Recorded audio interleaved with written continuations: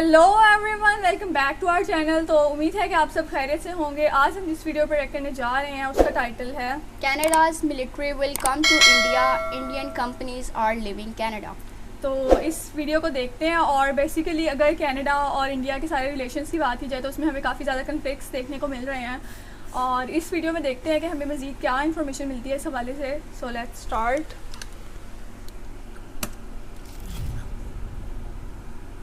नमस्कार and welcome you all to world affairs. मैं हूं प्रशांत धवन। नाउ इंडिया और कनाडा के गिरते रिलेशंस के बीच में क्या कनेडियन मिलिट्री के हाई रैंकिंग ऑफिशियल्स भारत में आएंगे? और हम ये भी देख रहे हैं कि इंडियन कंपनीज ने भी अब कनाडा से पुल आउट करना स्टार्ट कर दिया है। सबसे पहले वैसे मैं आपको ये बता दूं, दुनिया भर में ये न्यूज़ कवर करी जा रही है कि इंडिया ने वीज़ा सस्पेंड कर दिए हैं कनेडियंस के लिए। और मैं ये देख रहा था, वेस्टर्न कंट्रीज़ ये बात देखकर हैरान है कि इंडिया में डर नहीं है, क्योंकि ज़्यादातर वो एज्यूम कर रहे थे कि उनके वीज़ाज़ की वैल्यू ज़्यादा है, क्योंकि ज़्यादा इंडियंस जाते हैं कनाडा में compare to Canadians coming to India. तो इनको एजम्पशन थी कि इंडिया वीज़ा को छेड़ेगा नहीं, मगर इंडिया ने लिटरली कनाडा को कह दिया ये हम कर रहे हैं, आगे आपका डिसीजन है, आप क्या करते हैं। ये चीज़ देख कर ना, ये मूव देख कर ना सिर्फ कनाडा, कई वेस्टर्न कंट्री शॉक में है। और इंडिया ने आगे एक और डिमांड ये भी रख दी है कि जो कनाडा की एम्बेसी है भारत में, वहाँ पे स्टाफ बहुत ज़्यादा है, बहुत सारे लोगों को ये अपनी एम्बेसी में लेकर बैठे हैं हाई कमीशन ऑफ कनाडा में। यहाँ पे कटिंग करो स्टाफ की, फालतू के लोग जो यहाँ पे तुमने रखे हुए हैं जिसकी तुम्हें ज़रूरत नहीं है, इसकी कटिंग करो। और ये भी कह दिया है कि कनाडा इंटरफेयर कर रहा है इंडिया के अफेयर्स में। तो अभी तो देखिए कनाडा का एक डिप्लोमेट वापस गया है, most probably in the future high commission of Canada का पूरा जो रूप है यही चेंज कर दिया जाएगा। और कहानी सिर्फ यहाँ पर नहीं रुकती। इसके बाद अब ये भी देख रहे हैं कि इंडिया की जो मेजर कंपनीज हैं, इनकी जो कनाडा आर्म है या फिर कोई छोटा सा बिजनेस ये कनाडा में ओपन करने वाले थे, ये बंद कर रहे हैं। ऑलमोस्ट आप कह लीजिए एक बात की एक्सेप्टेंस हो रही है कि इंडिया कनाडा के रिलेशंस में एक लंबी सर्दी आने वाली है। शायद कई सालों तक दोनों कंट्रीज के रिलेशंस खराब रहे। यहाँ पे आप देख पाओगे इस पे आर्टिकल, रिश्तों में तनाव के बीच आनंद महिंद्रा ने दिया कनाडा को झटका, अपनी जो कंपनी है इसकी ऑपरेशन बंद करने का किया ऐलान। ना दूसरी तरफ अगर हम बात करें ना, तो इंडिया की जो स्टॉक मार्केट आपने नोटिस किया होगा पिछले 2-3 दिन से गिर रही है। इसके बारे में मैंने आपको थोड़ी एक इंडिकेशन दे दी थी एक पुरानी वीडियो में।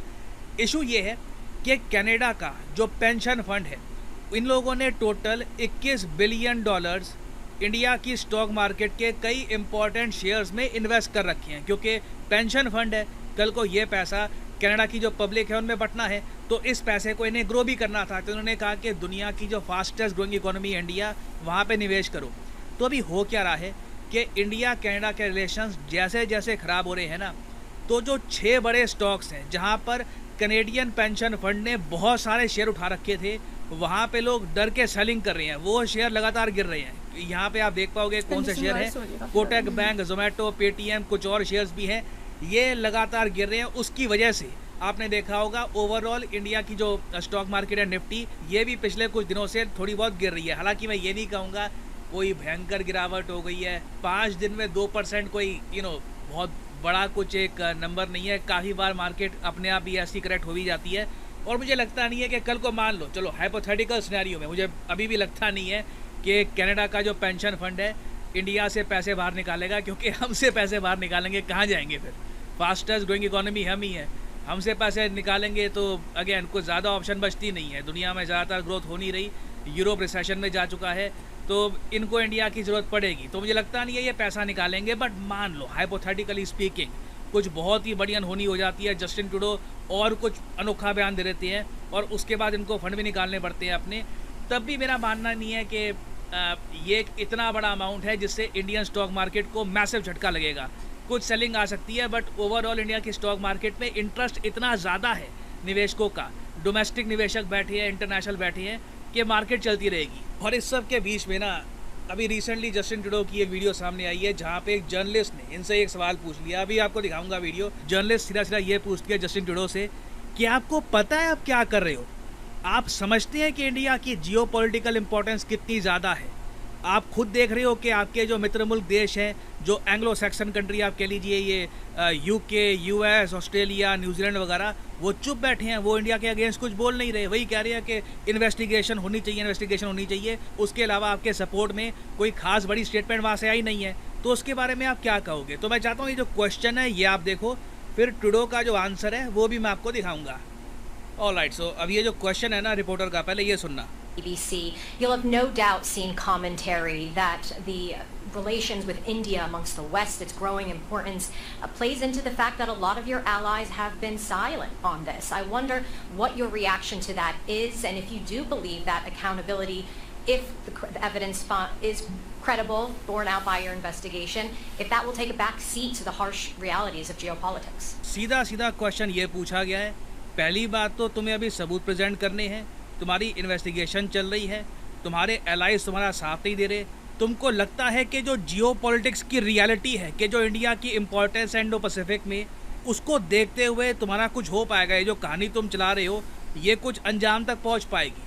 अब उसके रिस्पॉन्स में ट्रूडो ने ये आंसर दिया। आंसर में पहली बात तो एक्सेप्ट की कि हाँ मानता हूँ कि इंडिया की जियो पॉलिटिकल इंपॉर्टेंस बहुत ज़्यादा है, मगर फिर आगे ये कुछ कहते हैं, सुनिए जरा इनका answer.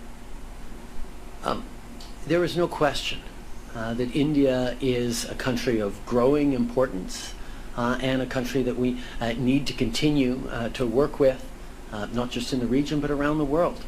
And we're not looking to provoke or cause problems, but we are unequivocal around the importance of the rule of law and unequivocal about the importance of protecting Canadians and standing up for our values. That's why we call upon the government of India to work with us to establish processes to discover and to uncover the truth of the matter and to allow justice and accountability to be served. नव आदमी जब बहुत ही बुरा फंसता ना कभी कभी, तो दुनिया भी ऐसी पूछती है कि कहाँ जा रहा है, सोच ले क्या कर रहा है। तो अगेन देखिए, जस्टिन ट्रूडो ने घूम फिर के वही बात बोली है कि इंडिया के साथ कोऑपरेशन चाहिए। बट अगेन देखो, प्रॉब्लम यही आती है, जस्टिन ट्रूडो ने इंडिया को एक्यूज़ किया है, ओपनली बोला कि जी इंडिया के एजेंट्स थे, उन्होंने ये सब किया, पार्लियामेंट में खड़े होकर ये बात बोली, और ये ऐड कर दिया कि मैं इस वक्त कनाडा की जनता से बात कर रहा हूँ। आप कोई कनेडियन को देखोगे ना, हाँ उसके माइंड में क्वेश्चन होगा कि जस्टिन ट्रूडो ने जो बात कही है वो सही है नहीं है, मगर वहाँ पर भी राष्ट्रभक्ति होती है, वहाँ पर भी लोग अपने देश से प्रेम करते हैं। तो जब प्राइम मिनिस्टर आपको इनिशियली ये कह दे कि हमारे सिटीजन को मारा गया उस कंट्री की सरकार द्वारा, तो वहाँ पर भी लोग पेट्रियोटिक फील करते हैं। तो जस्टिन ट्रूडो ने ना लिटरली अपने देश के नागरिकों, काफ़ी सारे नागरिकों के मन में एक आग लगा दी थी कि देखो हमारे साथ गलत हो रहा है, उठो वगैरह। बट धीरे धीरे ना इनके खुद के नागरिक, वर्ल्ड मीडिया, जो अगेन जो सवाल पूछा गया था ये बीबीसी द्वारा था, और जर्नलिस्ट ने भी सीधा सीधा ये पूछ लिया कि जो आप अभी इल्ज़ाम लगा रहे हो अगर ये सच हो जाते हैं, क्योंकि कनाडा में भी जो इनके मीडिया के बहुत सारे वरिष्ठ पत्रकार हैं वो भी कह रहे हैं कि कनाडा अपनी जो भी ये एलिगेशंस है साबित नहीं कर पाएगा। It will be very difficult to prove कि जो भी ये कह रहे हैं यहाँ पर। इंडिया ने सीधा सीधा ये कह दिया है, अगर आपके पास कोई सबूत है निज्जर से रिलेटेड तो आप वो शेयर करो, आप एक्यूजेशन शेयर मत करो ना, पहले आप एविडेंस दिखाओ।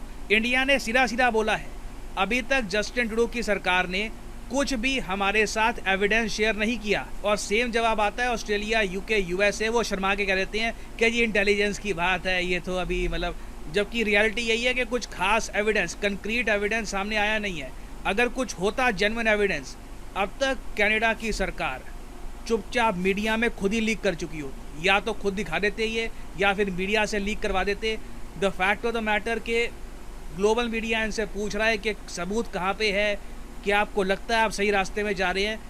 इट शोज़ कि जस्टिन ट्रूडो बहुत ही बुरा फंस चुके हैं। मगर मैं यहाँ पर एक और बात फिर से ऐड कर दूँ कि इस सब को देखकर यह अज्यूम मत कर लेना कि पूरा कनाडा इंडिया के अगेंस्ट है। आप बहुत ही जल्द देखोगे कि इंडिया में ना एक Indo Pacific army chief conference होने वाली है। देखिए इस सब के बीच में ना अर्जुन की खासियत क्या थी, वो मछली की आँख से नज़र नहीं हटाता था। कनाडा एक बहुत ज़्यादा अनइम्पॉर्टेंट कंट्री है, ना मिलिट्री पावर, ना कुछ खास इन्फ्लुएंस, कम आबादी, कुछ यूनिवर्सिटीज़ हैं यहाँ पर। वहाँ पर भी इंडिया के स्टूडेंट जिनके पास खर्चने का पैसा है 2-3 करोड़ रुपए, वो चले जाते हैं वहाँ पे।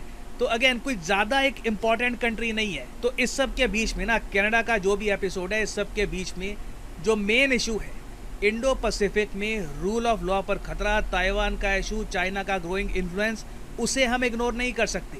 तो यूएस और इंडिया मिलकर एक Indo Pacific army chief conference करेंगे। 22 कंट्रीज़ इंडो पैसिफिक के यहाँ पर आएंगे। उसमें से कनाडा के जो मिलिट्री चीफ है या तो अपने चीफ को भेजेंगे ये, या फिर एक हाई रैंकिंग मिलिट्री ऑफिशियल को ये भेज देंगे। बट इधर वे कनाडा को यहाँ पर पार्टिसिपेट करना होगा, ठीक है। क्योंकि मैं आपको ये बता दूँ, कनाडा अगर यहाँ पर नहीं आता ना, तब यूएस इनको अच्छे से सुनाएगा कि मेन बात तो ये है ना, अभी तुम्हारा जो भी एक इशू है वो आपस में सुलझाओ, मगर जो मेन ग्लोबल इशू है उसको क्यों ख़राब कर रहे हो। तो मोस्ट प्रॉब्ली कनाडा की पार्टिसिपेशन होगी। कनाडा की जो मिलिट्री है ये इंडिया के इवेंट को अटेंड करने के लिए दिल्ली में आएगी। और इंटरेस्टिंग होगा कि जब इनके मिलिट्री के लोग इंडिया में आएंगे तो इंडियन मीडिया इनसे क्या सवाल पूछता है। That will be very interesting to see. तो अभी जो ये कनक्लेव है आर्मी चीफ का, ये 26 से लेकर 27 सितंबर में होगा। Very interesting dates. मेरे हिसाब से सारे मीडिया की नज़र होगी कनेडियन आर्मी के चीफ पर के, या जो भी इनके आर्मी ऑफिसर आते हैं कि वो क्या कहते हैं इंडिया में आकर। उसके अलावा देखते हैं कि अभी बीच में और क्या डेवलपमेंट्स होती हैं। कुछ भी खास अगर कुछ निकल के आता है, डेवलपमेंट्स होती हैं, उससे रिलेटेड मैं आपके लिए अपडेटेड वीडियोस ले आऊँगा। इस सारी वीडियो में जो है वो हमें इंडिया और कनाडा के दरमियान जो सारे रिलेशंस हैं, जो कि हम पुरानी वीडियोस में भी, इसके अलावा न्यूज़ चैनल्स में भी सारा देख चुके हैं कि किस तरीके से जो है वो जो एक बहुत अच्छे रिलेशंस जा रहे थे, ट्रेडिंग रिलेशन बेसिकली इंडिया और कनाडा के दरमियान, उनमें काफ़ी ज़्यादा कन्फ्लिक्ट्स आना शुरू हो गए हैं।